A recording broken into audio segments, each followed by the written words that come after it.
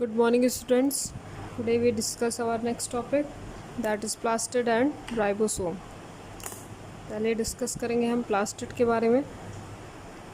Plastid देखिए plastid होता क्या है. प्लास्टिड एक ऐसा बॉडी होता है सेल ऑर्गेनल का जो कि पिगमेंट प्रोवाइड करता है. ठीक है, हम कह सकते हैं एक लार्ज पिगमेंट है.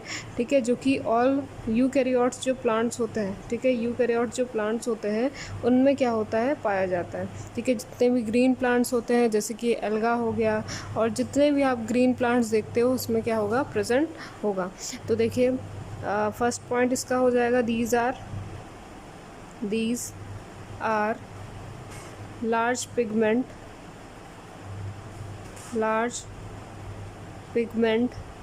containing bodies.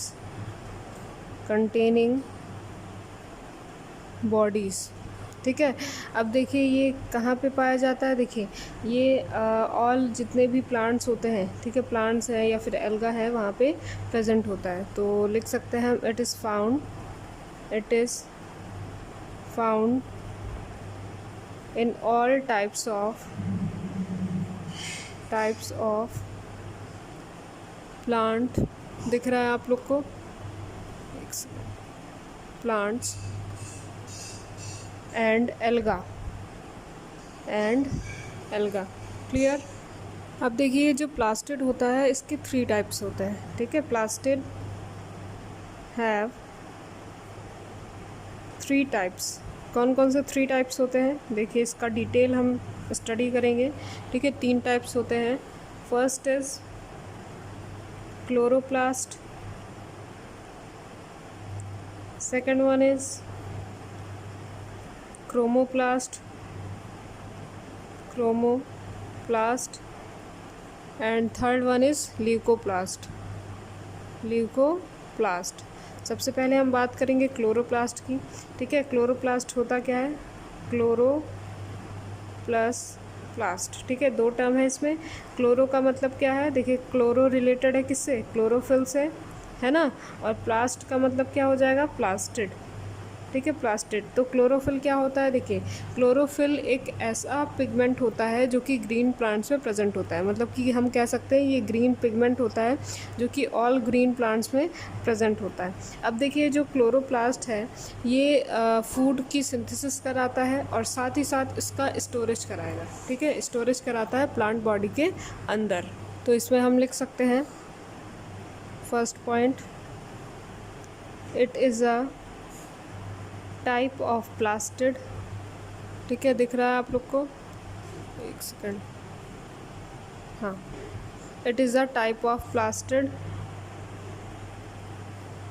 Having green pigment. और इस ग्रीन पिगमेंट को क्या कहते हैं, देखिए इसमें क्या है, chlorophyll. Green pigment called chlorophyll. अब देखिए इसका क्लोरोप्लास्ट का स्ट्रक्चर देख लेते हैं डिटेल में थोड़ा सा. देखिए तभी आपको ज़्यादा अच्छे समझ में आएगा. तो ये जो क्लोरोप्लास्ट होता है ये डबल मेम्ब्रेन स्ट्रक्चर होता है. डबल मेम्ब्रेन इस तरह से स्ट्रक्चर होगा. अंदर वाली जो लेयर होती है इसको कहते हैं इनर मेम्ब्रेन. और जो बाहर वाली लेयर होती है इसको कहेंगे आउटर मेम्ब्रेन. ठीक है, अब अंदर का स्ट्रक्चर देखिए, अंदर क्या प्रेजेंट होता है, अंदर कॉइन लाइक स्ट्रक्चर प्रेजेंट होता है. ठीक है, इस तरह से कॉइन लाइक स्ट्रक्चर प्रेजेंट होता है. ठीक है, और इस कॉइन लाइक स्ट्रक्चर को, अगर ये कॉइन है, ठीक है, एक कॉइन है, तो इसको कहा जाएगा थाइलाकॉइड. क्या कहेंगे, thylakoid. This is the main site of photosynthesis, क्योंकि इसी में क्लोरोप्लास्ट के अंदर ही फोटोसिंथेसिस की प्रोसेस होती है. और जो थाइलाकॉइड होता है वो इसका मेन साइट होता है. और जो थाइलाकॉइड का स्टॉक होगा, ठीक है, पूरा का पूरा जो ग्रुप होता है, स्टॉक होगा, इसको कहा जाता है ग्रैनम. क्या कहेंगे, ग्रैनम. ठीक, अब देखिए बहुत सारे ग्रैनम इसमें प्रेजेंट होते हैं इस तरह से. ये हो जाएगा ग्रैनम. और एक फ्लूइड होता है इसके अंदर जिसको कहा जाता है स्ट्रोमा, ठीक है। अभी एक एक ऑर्गेनल के बारे में हम डिटेल में डिस्कस करेंगे, पहले स्ट्रक्चर आप लोग देख लीजिए। स्ट्रोमा, ठीक, और स्ट्रोमा के अंदर ही एक थ्रेड लाइक स्ट्रक्चर प्रेजेंट होता है जो कि इस ग्रैनम को क्या करेगा, आपस में अटैच कराता है। इसको कहा जाता है लैमेली, ठीक है, क्योंकि स्ट्रोमा के अंदर है, फ्लूइड के अंदर है, तो इसको कहा जाएगा स्ट्रोमा लैमेली। क्या कहेंगे, स्ट्रोमा लैमेली, ठीक। और ये देखिए जो दोनों मेम्ब्रेन है इसके बीच में आपको स्पेस दिख रहा है, ठीक है, स्पेस दिख रहा है, और इस स्पेस को कहेंगे inter membrane space, inter membrane space, ठीक है। इतनी बात क्लियर हो गई। अब देखिए यहाँ पे जो थाइलाकॉइड होता है, ठीक है, थाइलाकॉइड होता है, इसमें ही पूरी जो लाइट रिएक्शन होती है वो परफॉर्म होती है, ठीक है, क्योंकि ये क्या है, क्लोरोप्लास्ट में क्लोरोफिल पिगमेंट प्रेजेंट होते हैं, जितने भी ग्रीन प्लांट्स होते हैं उसमें ये प्रेजेंट होते हैं। ये क्या कराएगा, फोटोसिंथेसिस की प्रोसेस कराता है, जिसमें फूड की सिंथेसिस होती है, और इसे किचन ऑफ द सेल भी कहते हैं, ठीक है, किचन ऑफ द सेल भी कहेंगे। तो देखिए जो थाइलाकॉइड है इसके अंदर लाइट रिएक्शन होती है, और जो स्ट्रोमा होता है इसके अंदर डार्क रिएक्शन होती है। तो जो फोटोसिंथेसिस की प्रोसेस होती है, ध्यान दीजिएगा यहाँ पे, जो फोटोसिंथेसिस की प्रोसेस होती है उसमें दो तरह के रिएक्शंस होते हैं। पहला जो रिएक्शन होता है उसको कहते हैं लाइट रिएक्शन, और दूसरा रिएक्शन होता है जिसको कहेंगे डार्क रिएक्शन, ठीक है, dark reaction. Light reaction, dark reaction, light का रिएक्शन का मतलब है in the presence of light, ठीक है, वो रिएक्शन, ऐसा रिएक्शन जो कि प्रेजेंस ऑफ लाइट में होगा। और डार्क रिएक्शन का मतलब है in the absence of light, ठीक है, एब्सेंस ऑफ लाइट, ठीक है, ऐसा रिएक्शन जो कि एब्सेंस ऑफ लाइट में होगा। तो यहाँ पे ध्यान दीजिएगा, जो लाइट रिएक्शन है वो परफॉर्म होती है थाइलाकॉइड के अंदर, और जो आपका डार्क रिएक्शन होती है वो परफॉर्म होती है स्ट्रोमा के अंदर। इतना क्लियर हो गया। अब देखिए होता क्या है, क्योंकि जो रॉ मटेरियल्स होते हैं फोटोसिंथेसिस में, हमें कुछ रॉ मटेरियल चाहिए होते हैं, ठीक है, हमें नहीं, प्लांट्स को, ठीक है। तो रॉ मटेरियल्स कौन कौन से होते हैं, देखिए CO2 प्लस H2, ये रॉ मटेरियल्स इनका हो गया। अब जो रॉ मटेरियल्स है ये कहाँ से आता है, आपको अच्छे से पता होगा, बताने की ज़रूरत नहीं है। देखिए जो H2O होता है, H2O प्रेजेंट होगा थाइलाकॉइड के अंदर, और CO2 प्रेजेंट होगा स्टोमा के अंदर, ठीक है। जब सन की रेज आती, क्योंकि लाइट रिएक्शन है तो प्रेजेंस ऑफ सन में ही होगा, तो जब सन की रेज आती है तो जो सन की रेस जब आएगी तो थाइलाकॉइड पे रेस पड़ेगी। जब थाइलाकॉइड पे ये रेस पड़ती है तो जो H2O होता है वो दो मॉलिक्यूल्स में स्प्लिट हो जाता है, H और O2, ठीक है, हाइड्रोजन और ऑक्सीजन में क्या हो जाएगा, स्प्लिट हो जाएगा, ठीक है। स्प्लिट होने के बाद हमें यहाँ से ऑक्सीजन मिल जाता है, ठीक है, मिल गया, बाई प्रोडक्ट ऑक्सीजन मिल जाता है, और हाइड्रोजन अभी भी रिमेनिंग है। जो हाइड्रोजन यहाँ पे रिमेनिंग बचा होता है, ठीक है, तो देखिए मैं बता रही थी आप लोग को, जो हाइड्रोजन यहाँ पे रिमेनिंग बचा होता है ये CO2 के साथ अब रिएक्ट करेगा, ठीक है। पहली रिएक्शन कंप्लीट हो जाती है जब हाइड्रोजन और ऑक्सीजन क्या हो जाते हैं, स्प्लिट हो जाते हैं। ऑक्सीजन बाई प्रोडक्ट मिल गया है, हाइड्रोजन क्या होता है CO2 के साथ, अब दूसरी रिएक्शन होगी जिसको हमने कहा डार्क रिएक्शन। हाइड्रोजन क्या होता है, CO2 के साथ जाके अटैच होगा, इसमें पूरी एक साइकिल परफॉर्म होती है, ठीक है, और इसमें जो एनर्जी है, ठीक है, कुछ एनर्जी का भी यूज़ करते हैं ये ATP के फॉर्म में, तो एनर्जी का यूज़ करके ये CO2 जो होता है वो हाइड्रोजन को अटैच करेगा, और तब तक अटैच होता रहता है इसमें हाइड्रोजन जब तक कि ये ग्लूकोज का फॉर्मेशन नहीं कर लेता, और C6H12O6 हमें क्या हो जाता है, बाई प्रोडक्ट मिल जाता है, ये ग्लूकोज का फॉर्मेशन हो जाता है। क्लियर हो गया। और यही ग्लूकोज स्टार्च के फॉर्म में प्लांट्स क्या करते हैं, स्टोर करके रख लेते हैं। तो ये स्ट्रक्चर आपको समझ में आ गया। अब देखिए एक एक ऑर्गेनल्स के बारे में जानते हैं इसके नेक्स्ट पेज पे। तो सबसे पहले देखिए थाइलाकॉइड,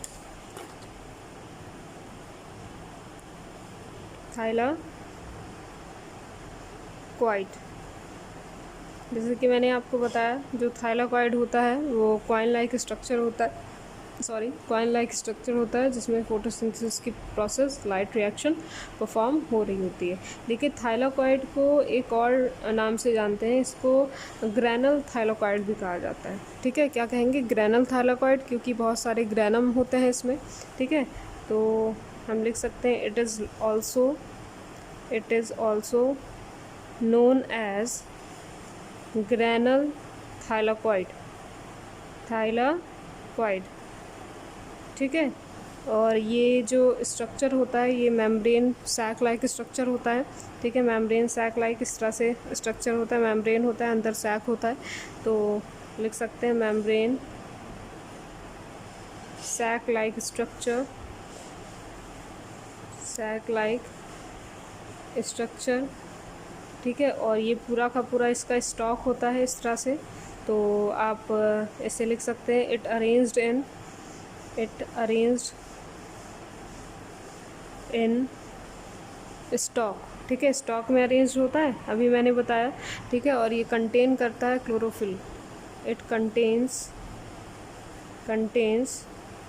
क्लोरोफिल, ठीक है। ग्रीन पिगमेंट जो होता है उसको कंटेन करके रखेगा, ठीक है। ये समझ में आ गया। अब देखिए थाइलाकॉइड जो होता है वो प्रेजेंट होता है कहाँ पे, स्ट्रोमा में। तो नेक्स्ट लाइन हो जाएगी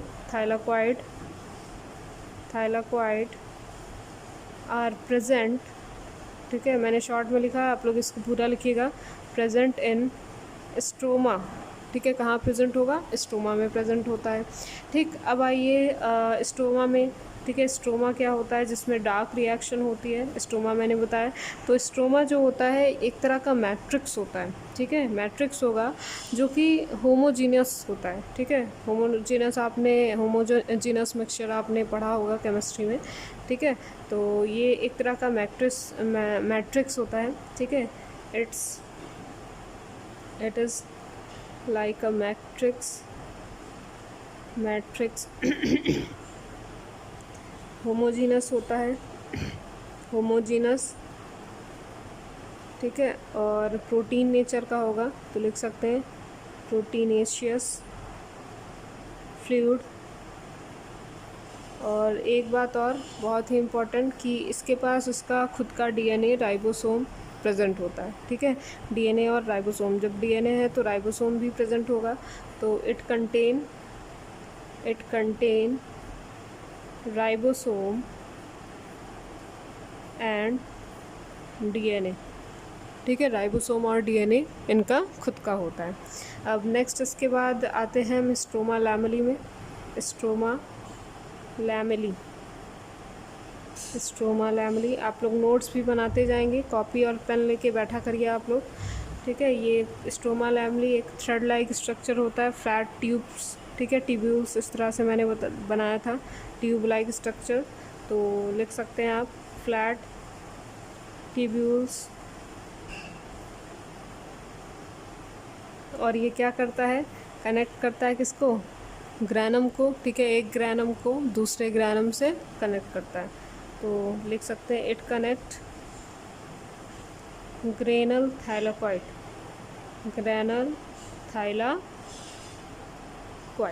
ठीक है। तो इतनी बात समझ में आ गई। ये पहला है आपका थाइलाकॉइड, ठीक है। ग्रैनल थाइलाकॉइड इसे कहते हैं। मेम्ब्रेन सैक लाइक स्ट्रक्चर होगा, अरेंज होता है स्टॉक में, जैसे कि मैंने डायग्राम में बताया। और ज़रूरी नहीं कि जो मैंने लाइन टू लाइन लिखी है आप वही लिखिए, अगर एक बार डायग्राम आपको समझ में आ गया है तो आप खुद से भी लिख सकते हैं। इट कंटेन्स क्लोरोफिल कंटेन करके रखता है, जिसमें लाइट रिएक्शन होती है। थाइलाकॉइड जो होता है प्रेजेंट होता है स्ट्रोमा के अंदर। स्ट्रोमा क्या है, एक तरह का मैट्रिक्स होता है, होमोजीनस होता है, प्रोटीन नेचर का होता है, प्रोटीनिशियस फ्लूइड होगा। और इसके पास मोस्ट इम्पॉर्टेंट इसका खुद का राइबोसोम और डीएनए प्रेजेंट होता है, ठीक। अब देखिए यहाँ पे जो आपका स्ट्रोमा लैमेली होता है ये फ्लैट ट्यूब्यूल्स लाइक स्ट्रक्चर होगा और ये कनेक्ट करता है ग्रैनम को, एक ग्रैनम से दूसरे ग्रैनम को कनेक्ट करता है, ठीक है। अब आते हैं हम दूसरे प्लास्टिड पे। दूसरा टाइप इसका क्या है, क्रोमोप्लास्ट।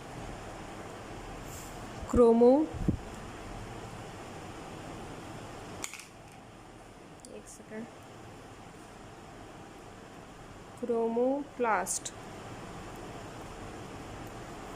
देखिए अब क्रोमोप्लास्ट क्या होता है, देखिए क्रोमो प्लस प्लास्ट, इसमें भी दो टर्म है, क्रोमो एंड प्लास्ट। क्रोमो का मतलब क्या होता है और प्लास्ट का मतलब क्या होता है, देखिए। तो क्रोमो का मतलब होता है यहाँ पे coloured and plastid stand for what, plastid, ठीक है, प्लास्टिड। तो कलर्ड प्लास्टिड जो होता है उसको क्या कहेंगे, क्रोमोप्लास्ट कहेंगे।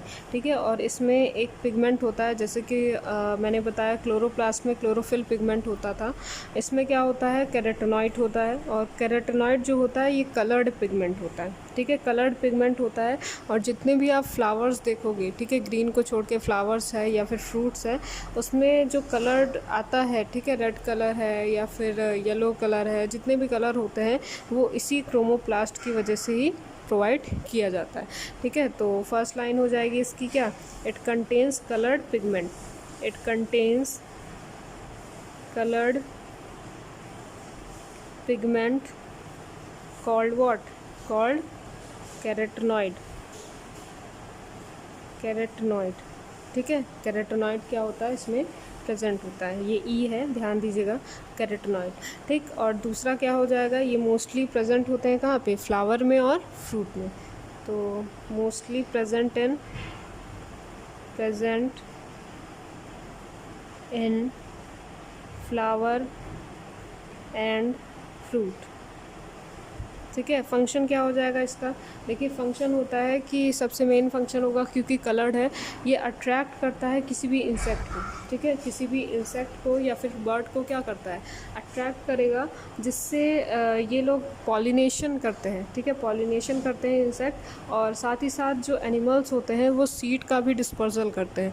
कैसे सीड का डिस्पर्सल करेंगे, जैसे देखिए कोई भी अगर फ्लावर है, कलर्ड फ्लावर है, कलर्ड पेटल्स को देख के एक इंसेक्ट यहाँ पे आता है, और इंसेक्ट क्या करता है, पॉलिनेशन करता है। पॉलिनेशन जब करता है तो इसके जो सीड्स होते हैं, ठीक है, एक जगह से दूसरी जगह, जब ये दूसरी जगह जाएगा, दूसरे फ्लावर पे या दूसरी जगह पे जाएगा, तो उसके जो सीड्स हैं वो भी क्या होंगे, स्प्रेड होते हैं। ठीक है, या फिर कोई अगर फ्रूट की बात करें, तो अगर फ्रूट है तो एनिमल्स क्या होते हैं, फ्रूट को देख के अट्रैक्ट होंगे, इसको खाएंगे, और जो सीड होता है ये डाइजेस्टेबल नहीं होता है। फ्रूट तो खा लेते हैं, ठीक है, इसका, बट जो सीड होता है वो डाइजेस्टेबल नहीं होता है, जिसकी वजह से ये ऊपर का पार्ट, ठीक है, जो एडिबल पार्ट होगा, मींस जो फ्रूट का पार्ट होता है, इसको, ओवरी को ये डाइजेस्ट कर जाते हैं, बट जो सीड होता है इसको ऐसे ही छोड़ देते हैं, और जो सीड होगा वो कहीं ज़मीन पे, ठीक है, ये इस तरह से डिस्पर्स हो जाएगा, एक जगह से दूसरी जगह डिस्पर्स हो जाएगा, जिससे एक नया प्लांट क्या हो जाता है, ग्रो हो जाता है।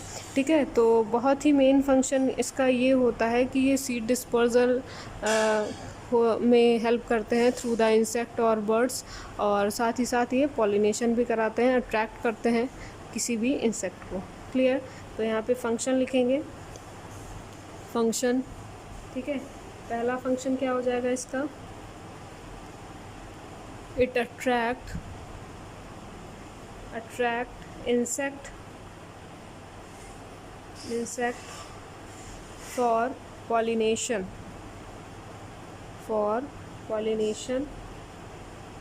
और दूसरा हो जाएगा dispersal of seed through animals. Clear हो गई ये बात।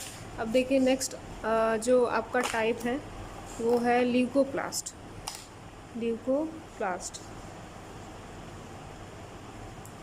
एक सेकेंड, चलो, ल्यूकोप्लास्ट। देखिए इसमें भी दो टर्म दिख रहा है, अच्छे से दिख रहा होगा। ल्यूको प्लस प्लास्ट, देखिए इसमें भी दो टर्म है। ल्यूको का मतलब यहाँ पे होगा कलरलेस, क्या हो जाएगा, कलरलेस, और जो प्लास्ट है इसका मतलब क्या हो जाएगा, प्लास्टिड। ठीक है, कलरलेस प्लास्टिड का मतलब है कि एक ऐसा प्लास्टिड जिसमें क्या होता है, कमी होती है या फिर लैक होता है पिगमेंट्स का। ठीक है, पिगमेंट इसमें क्या होता है, प्रेजेंट नहीं होता है, और ये किसी भी प्रोटीन को या फिर स्टार्च हो गया या फिर आप कह सकते हैं लिपिड हो गया, इसको स्टोर करने में क्या करेगा, हेल्प करेगा। ठीक है, तो पहला जो पॉइंट होगा इसका, दे लैक ऑफ पिगमेंट। ठीक है, इसमें कोई भी पिगमेंट नहीं होता है। ठीक है, क्योंकि ये क्या है, कलरलेस होता है, और ये प्रेजेंट होता है अंडरग्राउंड पोर्शन में। ठीक है, जैसे कि जो रूट हो गया, मान लीजिए जो पोटैटो हो गया, ठीक है, ट्यूबर्स जो होते हैं उसमें क्या होगा, ये प्रेजेंट होता है ल्यूकोप्लास्ट। तो यहाँ पे लिख सकते हैं हम it present in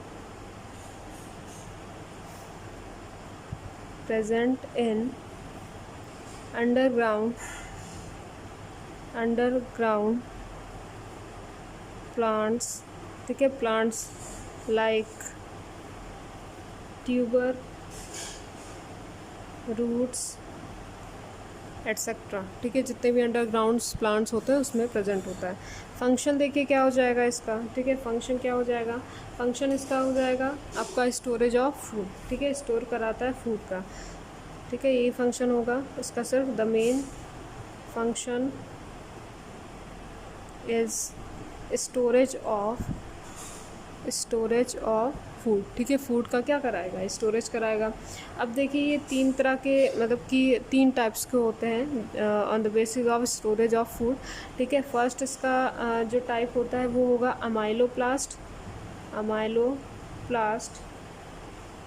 सेकंड होता है, सेकंड देखिए क्या है, एलायोप्लास्ट है, ठीक है, एलायोप्लास्ट। एंड जो थर्ड है वो है प्रोटीनोप्लास्ट,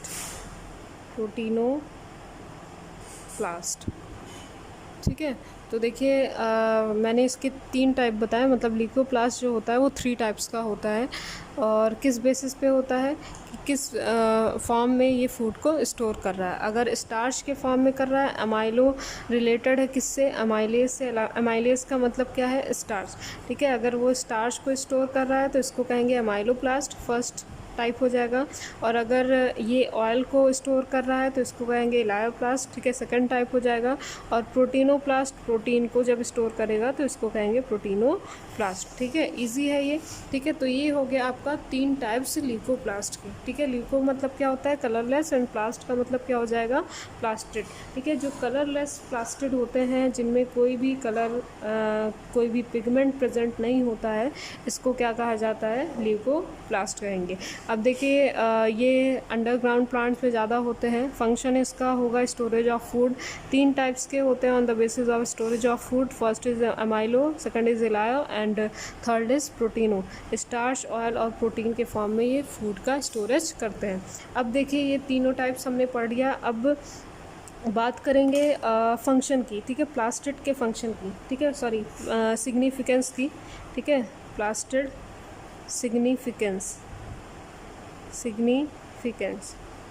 ठीक है, क्या क्या यूजेस होते हैं। तो इसका पहला सिग्निफिकेंस हो जाएगा इट हेल्प इन फोटोसिंथेसिस, ठीक है, खुद से आप लिख सकते हैं फोटोसिंथेसिस, किसी पर्टिकुलर का नहीं लिख रहे हैं हम, तीनों टाइप का प्लास्टिड का, ठीक है, प्लास्टिड का सिग्निफिकेंस लिख रहे हैं, तो अब आप खुद से भी लिख सकते हैं। सेकंड हो जाएगा it store food in plants, ठीक है। और थर्ड हो जाएगा इसका क्या होता है, खुद का डीएनए और राइबोसोम होता है, जिससे ये प्रोटीन की सिंथेसिस खुद करता है। तो आप लिख सकते हैं they have their own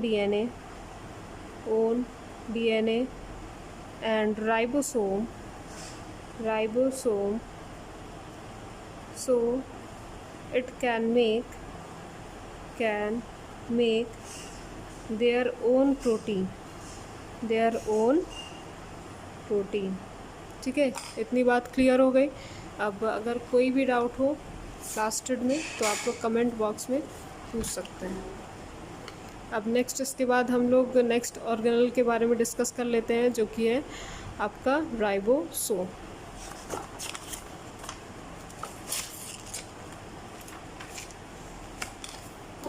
next cell organelle है राइबोसोम। देखिए राइबोसोम क्या होता है, यहाँ पे थोड़ा सा ध्यान दीजिएगा। राइबोसोम ये एक ग्रैन्युलर बॉडी होता है जिसको राइबो न्यूक्लियोप्रोटीन भी कहा जाता है, ठीक है। राइबो न्यूक्लियोप्रोटीन इसलिए कहा जाता है क्योंकि इसका 50% जो पार्ट होता है वो आपका आरएनए से फॉर्म होता है और जो 50% पार्ट होता है वो प्रोटीन का फॉर्म होता है, ठीक है। और ये फ्री राइबोसोम भी होते हैं सेल के अंदर, और साथ ही साथ ये एंडोप्लाज्मिक रेटिकुलम से भी अटैच होते हैं, जिसके बारे में हमने पहले डिस्कस कर लिया था। तो देखिए इसे कह सकते हैं it is also known as ribonucleoprotein, ठीक है, प्रोटीन। और सबसे पहले इसको डिस्कवर किया था पैलेड नाम के साइंटिस्ट ने इन 1955, ठीक है। तो लिख सकते हैं यहाँ पे फर्स्ट स्टडीड बाय पैलेड इन 1955, ठीक है। 1955 में पैलेड नाम के साइंटिस्ट ने इसे डिस्कवर किया था, इसकी स्टडी की थी। अगर कॉम्पोजिशन की बात करें इसका, ठीक है, कॉम्पोजिशन, तो जैसे कि मैंने अभी बताया आपको, कॉम्पोजिशन जो होता है इसका प्रोटीन और आरएनए का होता है, ठीक है, आरएनए एंड प्रोटीन, ठीक है। 50% आपका इसमें आरएनए होता है और 50% क्या होगा, प्रोटीन होगा, क्लियर। अब देखिए नेक्स्ट इसके अगर फंक्शन की बात करें तो ये क्या फंक्शन परफॉर्म करता है, ये प्रोटीन की सिंथेसिस कराता है। सबसे मेन जो फंक्शन होता है इसका यही होता है, प्रोटीन की सिंथेसिस कराता है मैसेंजर आरएनए और जो ट्रांसक्रिप्ट आरएनए होता है, टीआरएनए होता है, उसकी हेल्प से, ठीक है। और ये साथ ही साथ मेम्ब्रेन लेस स्ट्रक्चर भी होता है, ठीक है, मेम्ब्रेन लेस होता है, कोई भी मेम्ब्रेन नहीं होती है, मेम्ब्रेन लेस स्ट्रक्चर, इसलिए इसे ऑर्गेनल नहीं कहते हैं, एक ग्रैनुलर बॉडी होती है, ठीक। और अगर बात करें इसके टाइप्स की तो दो टाइप्स होते हैं इसके, एक होता है 70S और दूसरा क्या होगा 80S, ठीक है। तो नेक्स्ट हम बात करते हैं टाइप्स ऑफ राइबोसोम। तो देखिए हम टाइप्स ऑफ राइबोसोम की बात कर रहे थे, दो टाइप का राइबोसोम होता है। First is 70S and second one is 80S, ठीक है। देखिए यहाँ पे ध्यान से देखिएगा, एस का मतलब यहाँ पे होता है स्वेडबर्ग, ठीक है, स्वेडबर्ग। इसकी मेज़र करने की जो यूनिट होती है उसको स्वेडबर्ग कहते हैं, इसलिए इसको 70S और 80S कहा गया। अब देखिए ये जो 70 और 80S है, ठीक है, ये भी दो सब यूनिट से मिलके बना होता है, ठीक है। कितने सब यूनिट से, दो सब यूनिट से। अगर हम बात करें 70S की तो इसमें जो सब यूनिट होती है ये 50S होती है एंड 30S होगी, ठीक है। मतलब कि एक स्मॉल सब यूनिट होगी, स्मॉल, एंड एक लार्ज सब यूनिट होती है, ठीक है, लार्ज होती है, ठीक। और अगर 80S की बात करें तो ये भी दो सब यूनिट से मिलके बना होता है। First is 60 and second one is 60S and second one is 40S, ठीक है। स्मॉल यूनिट 40S होती है और जो लार्ज यूनिट होगी वो 60S होती है, ठीक है। इसका स्ट्रक्चर भी अभी हम बना के दिखाएंगे आपको। तो यहाँ पे ध्यान दीजिएगा, ये मान लीजिए राइबोसोम है, ठीक है, राइबोसोम, ठीक है, कुछ इस तरह से ही होता है इसका स्ट्रक्चर, ठीक। अब देखिए ये मान लीजिए अगर 70S की बात करें तो ये हो जाएगा पहला सब यूनिट, स्मॉल सब यूनिट, जिसको 30S कहेंगे, और दूसरा हो जाएगा 50S, जिसको लार्ज सब यूनिट कहेंगे। अब देखिए जो 70S होता है ये ऑल प्रोकैरियोट्स में प्रेजेंट होता है, जितने भी प्रोकैरियोट्स होते हैं उसमें ये प्रेजेंट होगा। इसका स्ट्रक्चर आप देखोगे, ठीक है, पूरा स्ट्रक्चर आप देखोगे, यहाँ तो मैंने अलग अलग दिखाया है, तो इस तरह से होता है। और जो 80S होगा इसका स्ट्रक्चर इस तरह से होगा, ठीक है, लार्ज है ना इससे 70S से, तो 70S प्रोकैरियोट्स में होता है और जो 80S होता है राइबोसोम वो यूकैरियोट्स में प्रेजेंट होता है। इतनी बात क्लियर हो गई। अब देखिए जो मेन फंक्शन है इसका, जिसके बारे में हम अभी डिस्कस करेंगे, जो मेन फंक्शन है वो प्रोटीन की सिंथेसिस करना। किस तरह से प्रोटीन की सिंथेसिस करता है, एक चीज़ यहाँ पे ध्यान दीजिए, जो DNA है, ठीक है, न्यूक्लियस के अंदर मैंने बताया था, जो न्यूक्लियस है, न्यूक्लियस में क्या होता है, DNA प्रेजेंट होगा, ठीक है, DNA जो कि किसी भी इंफॉर्मेशन को क्या करता है, इनकोड करता है। अब ये जो DNA है वो RNA में चेंज होगा और RNA जो होता है वो प्रोटीन में चेंज होता है, ठीक है, प्रोटीन में चेंज होता है। तो DNA से RNA में चेंज होना, ठीक है, DNA से RNA में कन्वर्ट होना, इस प्रोसेस को कहा जाता है ट्रांसक्रिप्शन, क्या कहेंगे, ट्रांसक्रिप्शन। और आरएनए से प्रोटीन बनना, इसको कहा जाता है ट्रांसलेशन। क्या कहेंगे, ट्रांसलेशन। ठीक है। अब देखिए जो डीएनए से आरएनए में चेंज होता है, अगर ये डीएनए डबल स्ट्रैंड है तो जो आरएनए होगा वो क्या होता है, सिंगल स्ट्रैंड होता है। ठीक है, सिंगल स्ट्रैंड होता है। और जब आरएनए से प्रोटीन बनता है तो ये एक पर्टिकुलर अमाइनो एसिड का कोडॉन होता है। ठीक है, इसमें एक पर्टिकुलर अमाइनो एसिड होता है। अब देखिए यहाँ पे डीएनए का स्ट्रक्चर, डीएनए का स्ट्रक्चर इस तरह से डीएनए का स्ट्रक्चर होता है। ये इसकी बैकबोन होती है। ठीक है, दिख रहा है, बैकबोन होती है जो कि बनी होती है पेंटोज शुगर से, और साथ ही साथ इसमें फॉस्फेट ग्रुप होता है। तो ये फॉस्फेट और ये शुगर होती है जिसमें 5 कार्बन कंपाउंड होते हैं। ठीक है, पूरा बैकबोन ऐसे ही बना होता है। और इसके अंदर क्या होता है, प्रेजेंट होता है नाइट्रोजिनस बेस। ठीक है, नाइट्रोजिनस बेस। ये जो नाइट्रोजिनस बेस होता है, इसमें 4 तरह के नाइट्रोजिनस बेस होते हैं, adenine, guanine, thymine and cytosine.